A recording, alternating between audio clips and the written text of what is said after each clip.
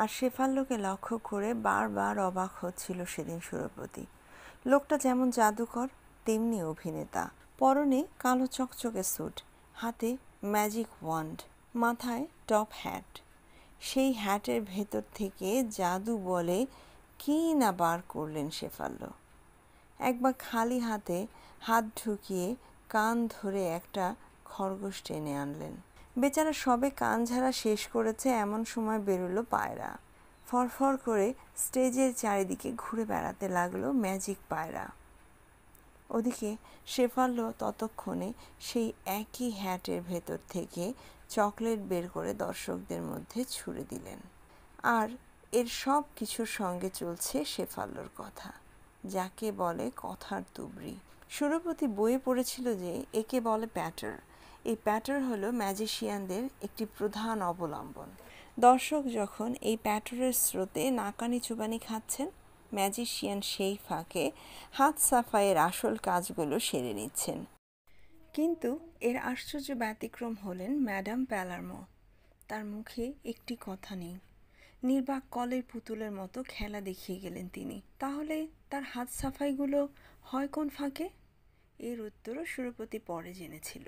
স্টেজে এমন ম্যাজিক দেখানো সম্ভব যাতে হাত সাফাইয়ের কোনোই প্রয়োজন হয় না। এইসব ম্যাজিক নির্ভর করে কেবল যন্ত্রের কারসাজির ওপর, এবং সেই সব যন্ত্র চালানোর জন্য স্টেজের কালো পর্দার পেছনে লোক থাকে। মানুষকে দুভাগ করে কেটে আবার জুড়ে দেওয়া বা ধোঁয়ার ভেতর অদৃশ্য করে দেওয়া, এসবই কলকবজার ব্যাপার। তোমার যদি পয়সা থাকে, তুমি সেই সব কলকবজা কিনে বা তৈরি করিয়ে এই সব ম্যাজিকগুলো দেখাতে পারো।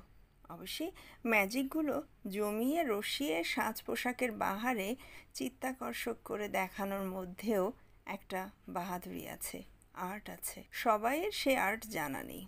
কাজেই পয়সা থাকলেই বড় ম্যাজিশিয়ান হওয়া যায় না। সবাই কি আর? সুরপতি স্মৃতিজাল হঠাৎ ছিন্ন ভিন্ন হয়ে গেল। ট্রেনটা একটা প্রচণ্ড ঝাঁকুনি দিয়ে প্ল্যাটফর্ম ছেড়েছে, আর ঠিক সেই মুহূর্তেই এক হ্যাচকা টান দিয়ে দরজা খুলে কামরায় ঢুকেছে। এ কি? সুরপতি হা হা করে উঠে বাধা দিতে গিয়ে থমকে থেমে গেল। এই যে সেই ত্রিপুরা বাবু, ত্রিপুরাচরণ মল্লিক। এরকম অভিজ্ঞতা সুরপতির আরও কয়েকবার হয়েছে। একজন পরিচিত লোকের সঙ্গে হয়তো অনেক দিন দেখা নেই, হঠাৎ একদিন তার মনে পড়ল বা তার বিষয়ে আলোচনা হলো, তার পর মুহূর্তেই সশরীরে সেই লোক এসে হাজির। কিন্তু তাও সুরপতির মনে হলো যে ত্রিপুরাবাবু আজকের এই আবির্ভাবটা যেন আগের সব ঘটনাকে ম্লান করে দিয়েছে। সুরপতি কয়েক মুহূর্ত কোনো কথা বলতে পারল না। ত্রিপুরাবাবু ধুতির খুঁট দিয়ে কপালের ঘাম মুছে হাতের একটা পোটলা মেঝেতে রেখে সুরপতির বেঞ্চের বিপরীত কোণটাতে বসলেন। তারপর সুরপতির দিকে চেয়ে একটু হেসে বললেন, অবাক লাগছে না? সুরপতি কোনো মতে ঢোক গিলে বলল, অবাক মানে?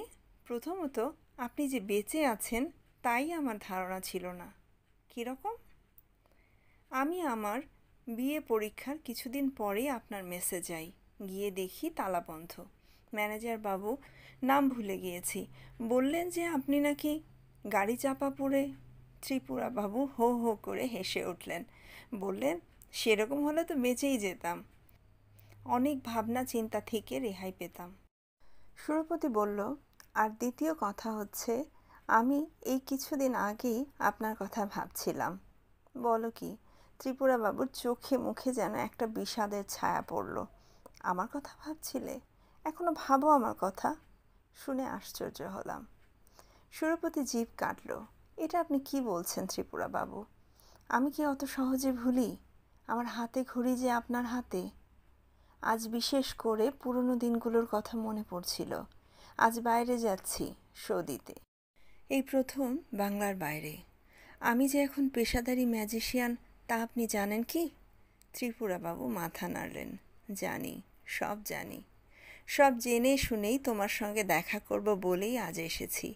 এই 12 বছর তুমি কি করেছো না করেছো, কিভাবে তুমি বড় হয়েছো, এই অবস্থায় এসে পৌঁছেছো, এর কোনোটাই আমার অজানা নেই।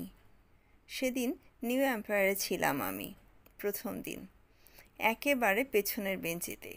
সবাই তোমার কলা কৌশল কেমন অ্যাপ্রিসিয়েট করলো তা দেখলাম। কিছুটা গর্ব হচ্ছিল বটে, কিন্তু ত্রিপুরাবাবু থেমে গেলেন। সুরপতিও কিছু বলার খুঁজে পেল না। কী বা বলবে সে? ত্রিপুরাবাবু যদি কিছুটা ক্ষুণ্ণ বোধ করেন তাহলে তাকে দোষ দেয়া যায় না। সত্যিই উনি গোড়াপত্তনটা না করিয়ে দিলে সুরপতি আজ এতটা উন্নত হতে পারত না। আর তার প্রতিদানে সুরপতি কী বা করেছে? বরং উল্টোটা এই 12 বছরে ক্রমশ তার মন থেকে ত্রিপুরাবাবুর স্মৃতি মুছে এসেছে। তার প্রতি কৃতজ্ঞতার ভাবটাও যেন কমে এসেছে। ত্রিপুরাবাবু আবার শুরু করলেন, গর্ব আমার হয়েছিল তোমার সেদিনের সাকসেস দেখে, কিন্তু তার সঙ্গে আফসোসও ছিল। কেন জানো? তুমি যে রাস্তা বেছে নিয়েছো তা খাঁটি ম্যাজিকের রাস্তা নয়। তোমার ব্যাপারটা অনেকখানি লোক ভোলানো, ঢং তামাশা, অনেকখানি যন্ত্রের কৌশল, তোমার নিজের কৌশল নয়। অথচ আমার ম্যাজিক মনে আছে তোমার?